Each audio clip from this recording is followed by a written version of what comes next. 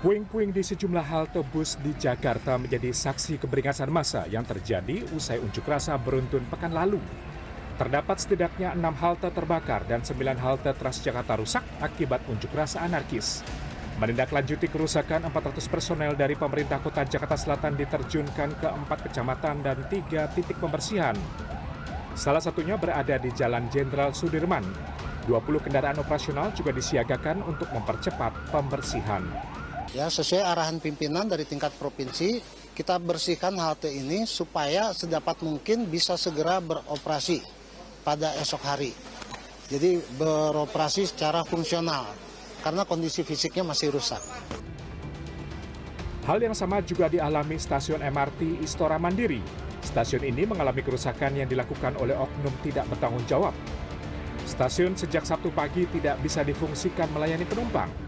Untuk sementara layanan MRT dari Lebak Bulus hanya sampai di stasiun Blok M. Kerusuhan terjadi di Jakarta dan kota-kota lain di Indonesia setelah aparat bertindak represif merespon aksi damai yang disampaikan oleh sejumlah elemen masyarakat. Pemerintah dalam hal ini Presiden terlambat merespon setelah terjadi korban jiwa, fasilitas umum dirusak oleh orang-orang tak bertanggung jawab dan rumah-rumah pejabat dijarah oleh orang-orang tak dikenal. Lalu bagaimana harapan masyarakat pasca terjadi kerusuhan di Jakarta dan kota-kota lain di Indonesia? Baiknya untuk pemerintah harus didengarkan untuk suara-suara rakyat. Maksudnya jangan telat seperti inilah. Kalau telat sedikit aja seperti ini kan jadinya rusuh. Dan sempat juga kemarin kita juga keteteran ya karena nggak ada TJ beroperasi ya.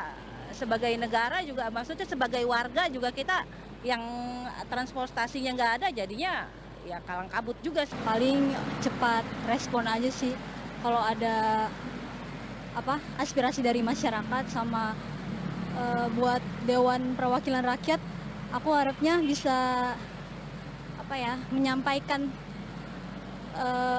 kepentingan rakyat sama benar-benar mewakilkan rakyat dan mementingkan kepentingan seluruh rakyat juga. Minggu siang, Presiden Prabowo Subianto mengumpulkan ketua umum partai politik dan sejumlah menteri ke Istana Negara. Pemanggilan terkait dengan dinamika unjuk rasa yang terjadi di seluruh daerah. Prabowo memerintahkan TNI dan Polri untuk menindak tegas oknum tidak bertanggung jawab yang merusak fasilitas umum, melakukan penjarahan, dan tindakan anarkis lainnya. Presiden juga menyatakan sejumlah tunjangan kepada anggota DPR akan dicabut. Para pimpinan DPR menyampaikan akan dilakukan pencabutan beberapa kebijakan DPR RI, termasuk besaran tunjangan anggota DPR dan juga moratorium kunjungan kerja ke luar negeri. Para aparat yang bertugas harus melindungi masyarakat, menjaga fasilitas-fasilitas umum yang dibangun dari uang rakyat.